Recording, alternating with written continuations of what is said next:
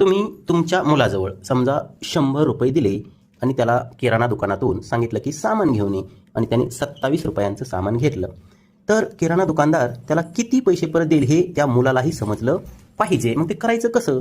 तर मुलं ही वजाबाकी लिहून घेताना चूक करतात. कशी चूक करतात पहा. तर आता हे 100 आहेत आणि वजा 27 लिहिताना ते असं लिहितात, परंतु ही पद्धत चुकीची आहे. तर 27 लिहिताना हे 27 हे पहा इथे लिहावे लागतात, म्हणजेच एकक खाली एकक आणि दशक खाली दशक. तर ही झाली मांडणी. आता ह्या वजाबाकी करायची कशी? तर बघा, मग आता या 0 मधून तर 7 वजा होत नाहीत.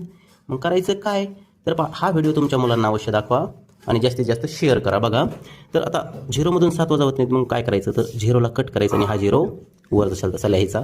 शेजारच्याकडून म्हणजे शेजारी दशक आहेत तिथं पण 0 आहेत, त्याच्याकडून आपण इथं 1 घेत असतो, परंतु इथं काही नाही, म्हणून काय करायचं? आधी यालाच कट करा आणि याच्या शेजाऱ्याकडून 1 इथे घ्या. आता इथं 1 होता, 1 शतक, मग इथं 1 दिल्यामुळे इथं राहील 0. आता या 10 मधला 1 इथं द्या, इथं राहतील 9.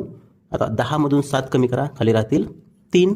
9 मधून 2 कमी करा, खाली राहतील 7 आणि या 0ला 0. आता इथं उत्तर आलेलं आहे 73. म्हणजेच तो किराणा दुकानदार तुमच्या मुलाला 73 रुपये परत देईल. हे मुलांना आलं पाहिजे. हा व्हिडिओ मुलांना अवश्य दाखवा. आवडला असेल व्हिडिओ तर जास्तीत जास्त शेअर करा. धन्यवाद.